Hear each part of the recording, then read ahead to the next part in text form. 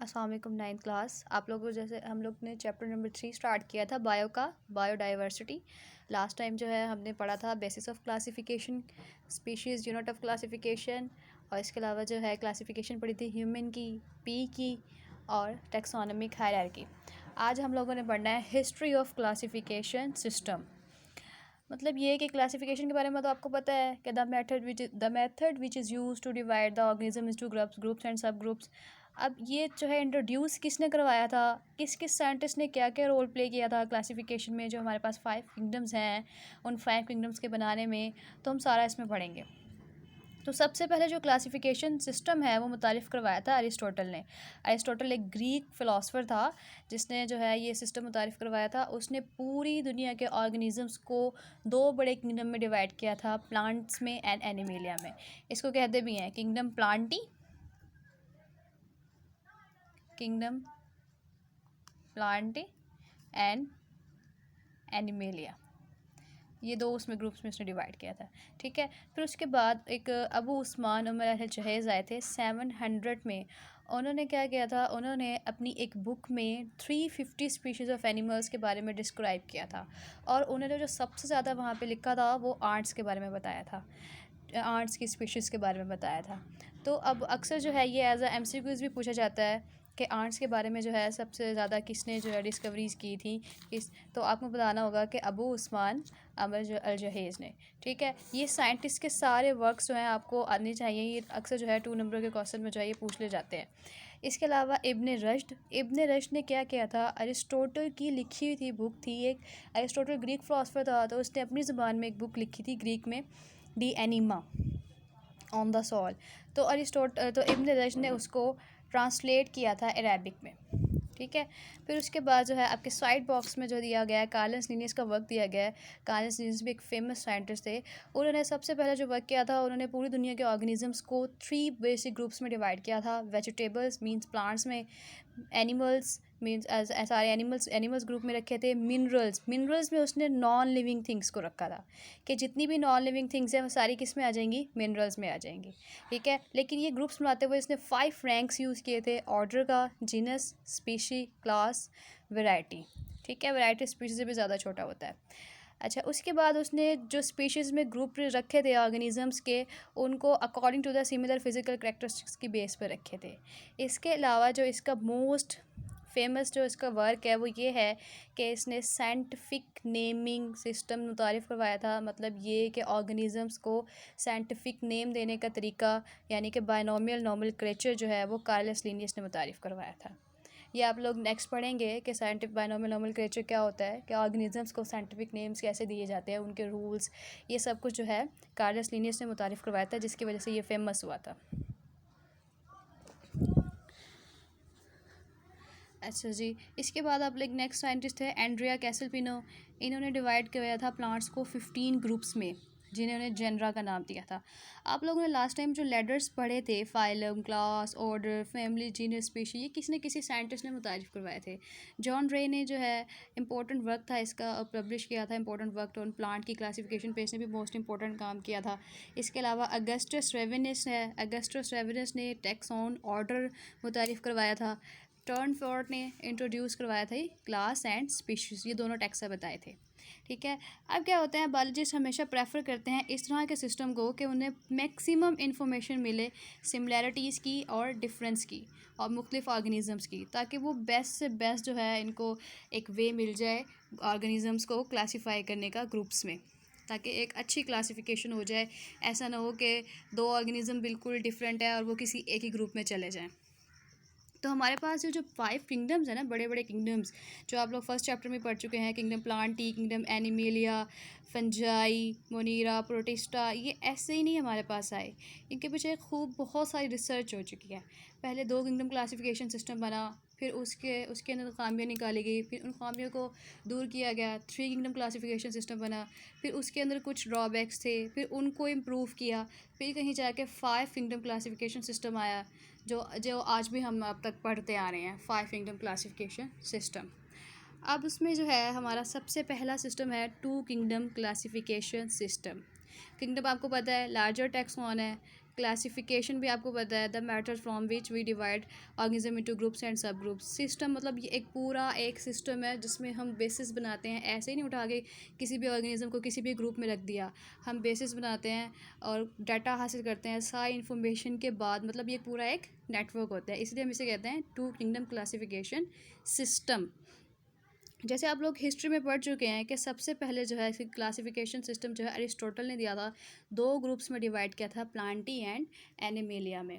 पूरी दुनिया के ऑर्गेनिजम्स को जो खुराक बना सकते थे, अपनी फूड खुद प्रिपेयर करते थे, सनलाइट को स्टोर कर सकते थे, ठीक है, यानी कि मोड ऑफ न्यूट्रिशन की बेस पे 2 ग्रुप्स बनाए थे, प्लांटी एंड एनिमेलिया। जो अपनी खुराक खुद तैयार रखते थे यानी कि ऑटोट्रॉफ्स थे, उनको प्लांटी यानी प्लांटी में रखा था, ग्रुप प्लांटी में। और जो अपनी खुराक खुद तैयार नहीं कर सकते थे बल्कि डिपेंड करते थे ऑटोट्रॉफ्स पे, तो उनको क्या हेट्रोट्रॉफ्स कहते हैं, तो उनको एनिमल्स ग्रुप में रखा गया था, ठीक है। अब इसके ड्रॉबैक्स ये हैं कि इसने यूनिसेलुलर ऑर्गेनिजम्स और इसके अलावा बैक्टीरिया वगैरह, यूनिसेलुलर ऑर्गेनिज्म बैक्टीरिया वगैरह, फंजाई, इनको भी ग्रुप प्लांटी में इंक्लूड किया था, ठीक है। तो इसके जो है ड्रॉबैक्स, तो सबसे पहले यही था कि इसने, देखें अब तक आप लोगों ने पढ़ा प्लांटी और एनिमलिया, कहीं इसने मल्टी सेलुलर और यूनिसेलुलर का डिफरेंस नहीं बताया कि मल्टी सेलुलर और यूनिसेलुलर के डिफरेंस को इसने इग्नोर किया था। दूसरा, इसने प्रोकैरियोटिक और यूकैरियोटिक सेल्स के बारे में नहीं बताया, इस डिफरेंस को इसने इग्नोर किया। तीसरा, हमारे पास बहुत सारे यूनिसेलुलर जानदार ऐसे हैं जैसे कि यूग्लिना वगैरह, जिनकी कुछ करैक्टरिस्टिक्स तो प्लांट से मिलती जुलती हैं, कुछ करैक्टरिस्टिक्स एनिमल से मिलती जुलती हैं। अब यहाँ पे ये था कि अब इनको प्लांट्स में रखा जाए या एनिमल्स में रखा जाए। जैसे यूग्लिना है, इसमें प्लांट लाइक करैक्टरिस्टिक्स ये है कि इनमें क्लोरोफिल होता है, जिसकी वजह से ये सनलाइट में जो है अपनी फूड प्रिपेयर कर सकते हैं, जबकि बहुत सारी करैक्टरिस्टिक्स इन एनिमल से मिलती है, जैसे कि ये जब डार्कनेस होती है ये हेट्रोट्रॉफ बन जाते हैं। हेट्रोट्रॉफ मतलब अब अपनी खुराक ये खुद प्रिपेयर नहीं कर सकते, क्या करते हैं, दूसरों पे डिपेंड करते हैं डार्कनेस में, ठीक है। और दूसरा क्या होता है, इनका जब सेल को देखा जाए तो इनकी सेल के जो है अंदर सेल वॉल नहीं होती, जो कि एनिमल की सबसे इंपॉर्टेंट करैक्टरिस्टिक्स है एनिमल सेल्स में, जो प्लांट सेल से डिफ्रेंशिएट करती है कि एनिमल सेल्स के पास सेल वॉल नहीं होती, जबकि प्लांट्स के पास क्या होती है, सेल वॉल होती है। तो देखिए ये कितना मेजर डिफरेंस है इसका प्लांट सेल से, लेकिन कुछ करैक्टरिस्टिक्स प्लांट से भी से रिलेट करती हैं। तो यहाँ पे ये था कि इनको किन में रखा जाए, प्लांट्स में या एनिमल्स में। ये 3 क्या थे इनके ड्रॉबैक्स थे टू किंगडम क्लासिफिकेशन सिस्टम के, जिसकी वजह से जो है ये जो सिस्टम जो है रिजेक्ट कर दिया गया था, ठीक है। फिर उसके बाद आया थर्ड किंगडम क्लासिफिकेशन सिस्टम। क्या होता है कि इस सिस्टम ने सबसे पहले जो है, जो पहले ड्रॉबैक होते हैं उनको इम्प्रूव किया गया। अर्नस्ट हैकेल ने 1886 में फर्स्ट ऑब्जेक्शन को सॉल्व किया था। उसने इस तरह के जानदार जिनकी करैक्टरिस्टिक्स प्लांट से भी रिलेट करती हैं, एनिमल से भी रिलेट करती हैं, उनको किंगडम प्रोटिस्टा में रखा था, ठीक है। किंगडम प्रोटिस्ट जैसे यूग्लिना था, यूग्लिना के साथ साथ उसने बैक्टीरिया को भी प्रोटिस्टा में रख दिया, ठीक।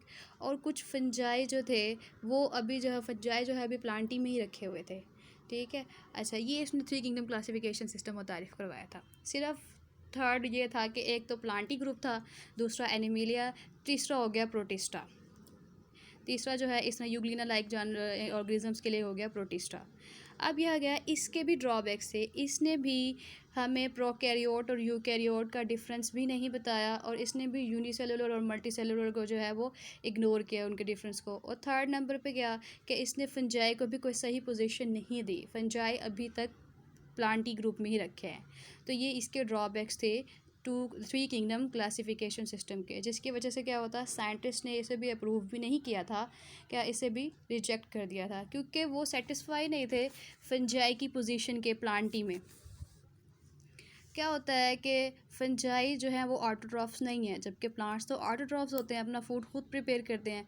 फंजाई तो ख़ास किस्म के हेट्रोट्रॉफ्स होते हैं जो अपना फूड जो है एब्जॉर्प्शन के ज़रिए हासिल करते हैं। आप लोगों ने फंजाई की एग्जांपल देखा होगा, राइजोपस और यीस्ट वगैरह, ये फंजाई होती हैं। राइजोपस अक्सर जैसे हम फफूंदी भी बोलते हैं, जो ब्रेड वगैरह को लग जाती है, वो फंजाई होती है।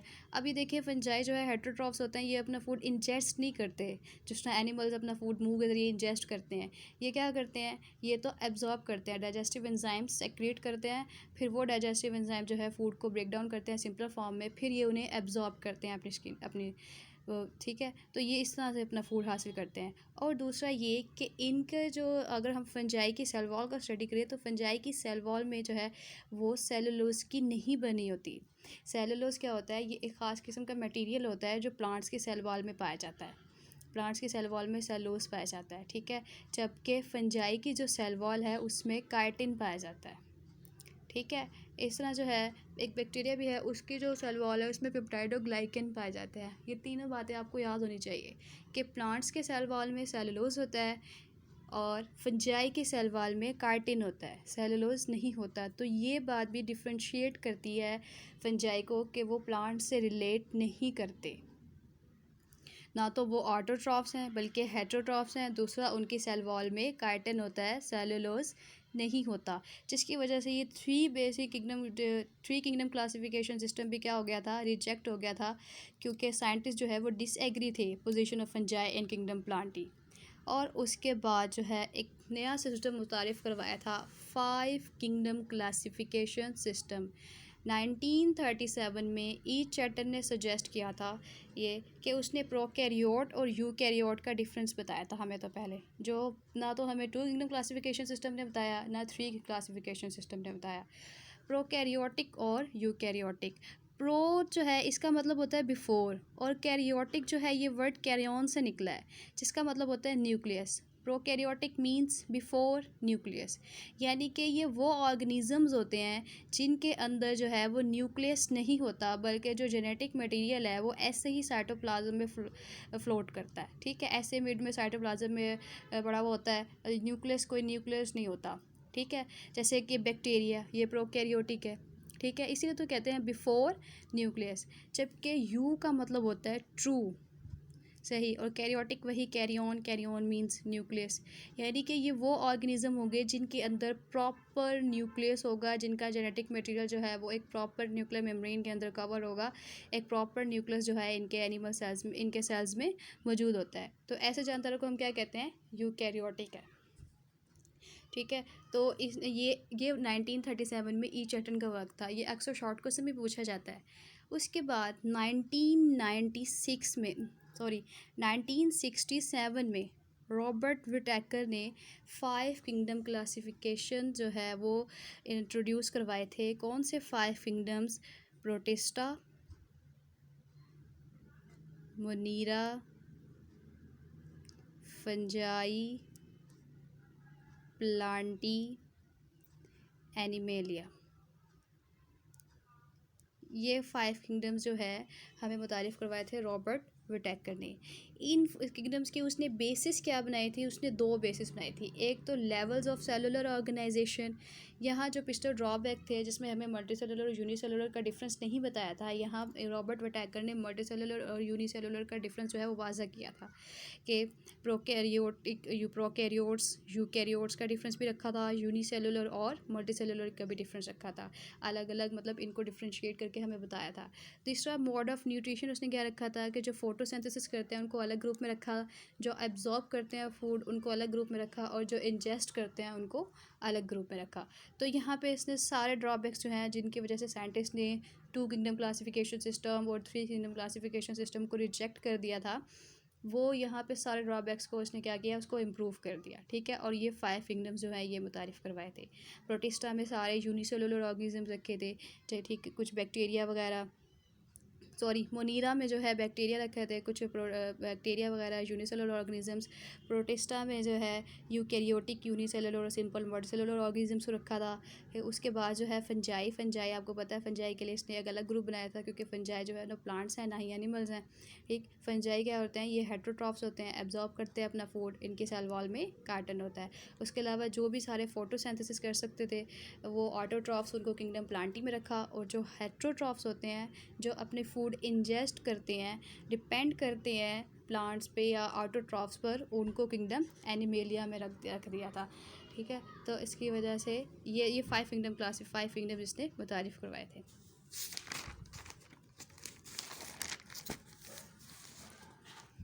इसके अलावा जो है मार्गलिस एंड श्वार्ट्ज़ 1988 में मार्गलिस एंड श्वार्ट्ज़ ने भी अपना वर्क भी किया था। मार्गलिस एंड श्वार्ट्ज ने मॉडिफाइड किया था 5 किंगडम क्लासिफिकेशन सिस्टम को। मतलब ये कि वही सिस्टम जो रॉबर्ट विटाकर ने मुतारिफ़ करवाए थे वही इन्होंने मुतारिफ़ करवाए थे, लेकिन क्या इन्होंने मोड ऑफ न्यूट्रिशन के साथ साथ यही तो बेसिस बनाई थी ना रॉबर्ट विटाकर ने, मोड ऑफ न्यूट्रिशन और सेलुलर ऑर्गेनाइजेशन। ठीक है, सेलुलर ऑर्गेनाइजेशन। इसके अलावा थर्ड नंबर पर, जहाँ हमने लास्ट टाइम आपको पता है जब बेसिस पढ़ा था तो हमने मॉडर्न जेनेटिक्स में पढ़ा था कि मॉडर्न जेनेटिक्स में जो है वहाँ पे उनकी डीएनए की भी स्टडी की जाती है कि उनका डीएनए सेम है या नहीं। ठीक है, अगर डीएनए सेम होता है तो इट मीन्स जो है वो कैरेक्टरिस्टिक्स भी सिमिलर होती हैं। ठीक है, जिसकी वजह से उन्हें सेम ग्रुप में रखा गया। तो मार्गलिस एंड श्वार्ट्ज ने इन दोनों के अलावा एक थर्ड बेस भी बनाई थी उनकी, और उसने जेनेटिक्स को कंसिडर किया था। उन्होंने डीएनए के बारे में स्टडी किया था, जीन्स के बारे में स्टडी किया था। तो उसने देखा कि जो 5 किंगडम्स मुतारिफ़ करवाए थे रॉबर्ट विटाकर ने, उनकी जेनेटिक्स स्टडी के हिसाब से भी यही किंगडम्स बनते थे। मतलब यही सिमिलैरिटीज़ बनती थी जिनकी बेस पे जो है ये 5 किंगडम्स बनाए गए थे। इस तरह ये सिस्टम और भी इम्प्रूव हो गया, क्योंकि अब जेनेटिक बेसिस भी, यानी जेनेटिकली भी ये प्रूव हो गया था कि जो ऑर्गेनिज़म सिमिलर हैं वो वाकई ही कुछ प्लांट्स पे रखे गए, कुछ एनिमल्स में। इस तरह से ये किंगडम जो है, किंग 5 किंगडम क्लासिफिकेशन सिस्टम जो है वो एक बेस्ट सिस्टम माना गया था। और आज तक हम यही 5 किंगडम्स पढ़ रहे हैं, क्योंकि इनके लिए बोर्ड ऑफ न्यूट्रिशन के हिसाब से भी ये डिवीजन बिल्कुल ठीक थी, सेलुलर ऑर्गेनाइजेशन के हिसाब से भी ये डिवीजन बिल्कुल ठीक थी, और थर्ड नंबर पे जेनेटिक्स के हिसाब से, इनकी डीएनए की स्टडी, इनकी जीन्स, क्रोमोसोम्स वगैरह की स्टडी के हिसाब से भी ये 5 किंगडम जो है बिल्कुल ठीक बनाए गए थे। नेक्स्ट टाइम हम पढ़ेंगे कि ये 5 किंगडम्स जो है, मोनीरा, प्रोटिस्टा, प्लांटी, फंजाई, एनिमेलिया, इनमें कौन कौन से एनिमल्स रखे गए थे, उनकी क्या प्रॉपर्टीज़ थी। ठीक है, ये सारा हम नेक्स्ट अपने टॉपिक पे पढ़ेंगे 5 किंगडम्स में।